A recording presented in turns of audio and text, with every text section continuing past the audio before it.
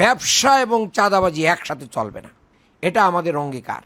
আপনারা যদি একবার ব্যালটে কি করতে পারেন, সিল দিতে পারেন, 5 বছর নিরাপদে ব্যবসা করতে পারবেন ইনশাআল্লাহ। যদি কোনো সন্ত্রাসী, কোনো চাঁদাবাজ আসে আর আমি যদি এমপি থাকি, তাহলে তার সাথে আমার বোঝাপড়া আছে। আমরা নির্বাচিত হলে ক্লাবমুখী সমাজ হবে না, আমরা নির্বাচিত হলে মসজিদমুখী সমাজ হবে ইনশাআল্লাহ। কালকেই আমাকে কয়েকজন বলছে যে আপনি যদি এই টেকনিক অবলম্বন করে এই ওয়াদা করেন তাহলে আপনি পাশ হয়ে যাবেন। তাই আমি বললাম আমি জীবনেও এটা করব না। আমি যদি কিয়ামত পর্যন্ত এখানে নির্বাচিত না হই, তো প্রতারণার মাধ্যমে কোনো ওয়াদা দিয়ে আমি কোনো অঙ্গীকার করব না। শেখ হাসিনা 10 টাকায় চাল খাওয়াইতে চাইছিল না, ঘরে ঘরে চাকরি দিতে চাইছিল না, বলেন চাইছিল কিনা? তা কি করেছে? মিথ্যা প্রতারণা দিয়ে ওয়াদা করে সেই ওয়াদাকারীকে আল্লাহ পছন্দ করেন না। আমরা যদি সবাই মিলে বুড়িগঙ্গার রক্ষার আন্দোলন করতে পারি, নবাবপুরে আপনারা যারা ব্যবসা করেন এই ইয়েতে, আমাদের মালামাল আনা সহজ হবে না কঠিন হবে? আর এই বুড়িগঙ্গা যদি ধ্বংস হয়ে যায় তাহলে পণ্যের দাম কি পরিমাণ বাড়বে? তাহলে এটা রক্ষা করা আমাদের ব্যবসার স্বার্থে কি প্রয়োজন না প্রয়োজন না প্রয়োজন? এটা নাম্বার 1। আবার আমরা বলছি সন্ত্রাস, চাঁদাবাজ, দখলবাজ মুক্ত করে আমরা একটা ব্যবসা বান্ধব পরিবেশ তৈরি করব ইনশাআল্লাহ যদি নির্বাচিত হতে পারি। আমরা এই সুযোগ, ব্যবসা এবং চাঁদাবাজি একসাথে চলবে না, এটা আমাদের অঙ্গীকার। আপনারা যদি একবার ব্যালটে কি করতে পারেন, সিল দিতে পারেন, 5 বছর নিরাপদে ব্যবসা করতে পারবেন ইনশাআল্লাহ। যদি কোনো সন্ত্রাসী, কোনো চাঁদাবাজ আসে আর আমি যদি এমপি থাকি, তাহলে তার সাথে আমার বোঝাপড়া আছে। এই ব্যাপারে আমি আপনাদেরকে কোনো গ্যারান্টি দিতে চাই।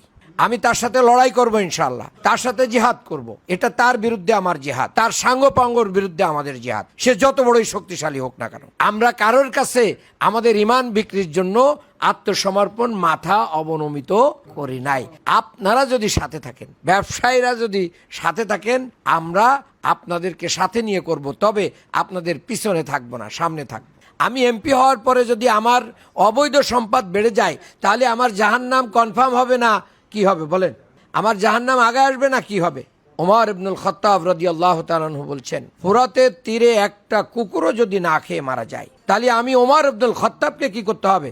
জবাবদিহি করতে হবে। আটার বস্তা মাথায় নিয়ে রাতের বেলায় মানুষের দুয়ারে দুয়ারে ঘুরেছে, আমরাও ঘুরবো ইনশাআল্লাহ। আমি ওমর ইবনুল খাত্তাবের এই কথার আমি একজন বড় অনুসারী হতে চাই।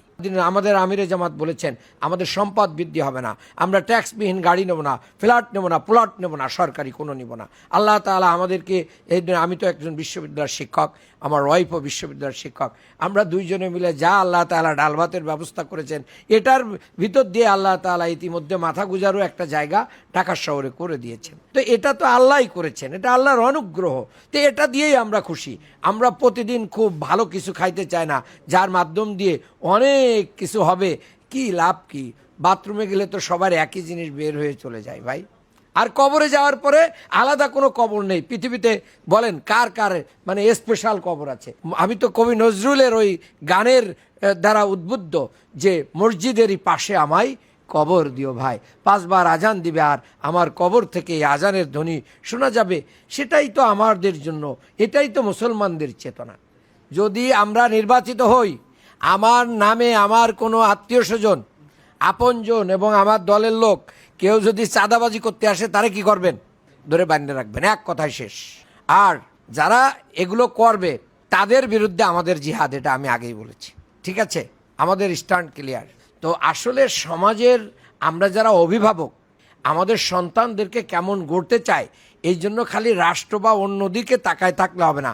আমাদেরও একটা কি আছে, দায়িত্ব আছে। আমরা সবাই মিলে একটা সুন্দর সমাজ। তবে আমি কথা দিতে পারি, আমরা নির্বাচিত হলে ক্লাবমুখী সমাজ হবে না, আমরা নির্বাচিত হলে মসজিদমুখী সমাজ হবে ইনশাআল্লাহ। বিচার ফয়সালা মসজিদের ভিতরে হবে ইনশাআল্লাহ। আল্লাহ রসুল মদিনা রাষ্ট্রর শাসন কার্য চালিয়েছেন মদিনার মসজিদ থেকে। সো দ্যাট মসজিদ হচ্ছে আমাদের কেন্দ্রবিন্দু। অনেকে বলে না মসজিদে রাজনীতি করা যাবে না, মসজিদে করা না, এটা আছে একবারে ডাহা মিথ্যা কথা। মসজিদের যে সামনে ইমাম দাঁড়ায় ওই জায়গার নাম কি বলেন? মেহরাব মানে কি বলেন? যে জানেন সে বলেন। মেহরাব শব্দের অর্থ কি? অস্ত্রাগার। দেখেন মেহরাবের মানে কি? যেখানে অস্ত্র রাখার স্থান, আরবি শব্দ, এটার অর্থ অস্ত্র রাখার স্থান। তো একটা রাষ্ট্রের যারা মানে যিনি প্রধান থাকবেন তিনিই তো ইমামতি করবেন। তার পাহারার জন্য যারা থাকবে কিংবা রাষ্ট্রের সৈন্যরা যারা আসবে তারা নামাজ পড়ার সময় অস্ত্রটা কোথায় রাখবে? পিছনে রাখবে না সামনে রাখবে? আমাদের দেশে জুতোই রাখা যায় না পিছনে, আর অস্ত্র কিভাবে পিছনে রাখবেন বলেন? তা আল্লাহ তাআলা বুঝে শুনেই এই মেহরাব বানাইছে কি রাখার জন্য। আমরা বলি যে দুনিয়াবি কথা বলা হারাম মসজিদে। আচ্ছা, মসজিদে যদি যে কথা বলা যায় না সে কথা মসজিদের বাইরে বলা যায়, এই ফতোয়া কেউ দিতে পারবেন? যেসব হুজুররা এটা লিখে রাখছে মসজিদে, এবং তাদের কাছে জিজ্ঞেস করবেন যে কথা মসজিদে বলা যায় না সেই কথা বাইরে বলার ফতোয়াটা জায়েজ আছে কোথায়, এটা একটু বের করে দেন। মহিলারা প্রতি মাসে অপবিত্র হয় না? হয়। এই কথা কোরআনে আছে, আছে না? লেখা আছে, লেখা আছে ইয়াসআলুনাকা আনিল মাহিজ কুল হিয়া আযা ফাতাজিলুন নিসা, লেখা আছে। এই আয়াত পড়তেছেন আর নামাজ পড়তেছেন নামাজের ভিতরে, তাহলে নামাজ হওয়ার কথা বলেন? এই আয়াত পড়লি নামাজ হয়? কে বাংলায় পড়লি তো হবেই না, আপনারে মাইরে বের করে দেবে যে কি কয়, তো লজ্জা শরমের কথা। কিন্তু এটা পড়লেও কি সওয়াব, এবং প্রতিটা অক্ষরে অক্ষরে সওয়াব। তাহলে যে কথা মসজিদে বলা যায় না সে কথা মসজিদের বাইরেও বলা যায় না। তাহলে আগামী দিনগুলোতে আমরা যদি রাষ্ট্রীয় ক্ষমতায় আসি তাহলে আমাদের শাসন পরিচালিত হবে মসজিদ ভিত্তিক, সমাজ গঠিত হবে মসজিদ ভিত্তিক, পার্লামেন্ট থাকবে, পার্লামেন্টে আইন পাশ হবে, বাট সমস্ত মসজিদ ভিত্তিক সমাজ গড়ে উঠবে। কারণ 5 বারই মুসলমানরা মসজিদে আসে এবং যায় এবং সেখানেই কাজ করে। আমাদের একটা অবৈধ টাকা থাকলে আমার এই পদ পদবি এখানেই শেষ। আপনি যদি প্রমাণ করতে পারেন, খালি এমপিগিরি না, আমি যে জামাতের একজন নেতা, এই নেতাগিরি শেষ হয়ে যাবে আপনি যদি প্রমাণ করেন যে আমার ভিতরে হারাম কি আছে, ইনকাম আছে, অথবা অপারের অবৈধ জিনিস আমি ভোগ দখল করতেছি। 2টা পয়েন্ট বললাম। আপনারও সুযোগ রয়েছে আমিরে জামাত ডাক্তার শফিকুর রহমানকে জানার যে আমিরে জামাত ডাক্তার শফিকুর রহমান, আপনার এই অফিস দেখি, বাড়ি দেখি, এই পয়সা কড়ি কোত্থেকে পেলেন আমাদেরকে একটু বলেন। উনি জবাব দিতে বাধ্য। এটাই ইসলামের বিধান। তাহলে আমি নেতা হলেও আমি যদি ইসলামের বিরুদ্ধে চলে যাই, আমি যদি জনগণের হক নষ্ট করি, আপনাদের দায়িত্ব হবে আমার কলার ধরে নামায় নিয়ে আমাকে এখান থেকে পদত্যাগ করানো। This is the spirit of Islam. আমরা মদিনার ইসলাম ফিরে আনতে চাই। মদিনার ইসলামে কি হয়েছিল? 10 বছরের ভিতরে অর্থনীতিতে এত উন্নয়ন ঘটেছিল যে জাকাত খাওয়ার লোক খুঁজে পাওয়া যায় না। জাকাত অন্য দেশে পাঠানো লাগছে। দুর্নীতিকে যদি আমরা শুধু বন্ধ করে দিতে পারি, আর যার যতটুক ভাগে পাওয়ার কথা ততটুক যদি দিয়ে দিতে পারি, দেখবেন যে 5 বছরেই চেহারা চেঞ্জ হয়ে গেছে। শিক্ষা ব্যবস্থার ভিতরে যদি আমরা ইংলিশ মিডিয়াম হোক আর যে মিডিয়ামই হোক, সেখানে যদি সিলেবাসে এগুলো ঢোকাই দেওয়া যায়, তাহলে তো আপনার মক্তব ছাড়াই কি হয়ে যাবে। তাহলে এটা ভালো পদ্ধতি না আরো? আর মক্তবগুলোকে আমরা কি করব? সমৃদ্ধ করব। আরেকটা জিনিস মনে রাখতে হবে, বাস্তবমুখী শিক্ষা। খালি মক্তব, খালি হাফেজিখানা, খালি কওমি, খালি অমুক, এইরকম করে আমাদের থেকে যা বেরোয় শুধু ইমাম আর মুয়াজ্জিন বেরোয় আর মিলাদ পড়ানো লোক বেরোয়। তাহলে আমাদেরকে আলেমও হতে হবে, আবার এই কম্পিউটার টেকনোলজি, তারপরে বিমান পরিচালনা থেকে শুরু করে নিয়ে সচিবালয় পরিচালনা, পুলিশিং থেকে শুরু করে নিয়ে ব্যাংক পরিচালনা, ব্যবসা পরিচালনা, এটা কি আল্লাহ রসুল তার সাহাবীরা করেন নাই? করেছেন। তাহলে শিক্ষা এলেম কার কাছ থেকে এসেছে বলেন? এলেম আল্লাহর কাছ থেকে। আল্লামা বিল কলাম, আল্লাহ কলম দিয়েই এলেম শিখেছে। আল্লামাল ইনসানা মা লাম ইয়ালাম, তো এলেম রহমানের কাছ থেকে সে ওহির এলেমটাই।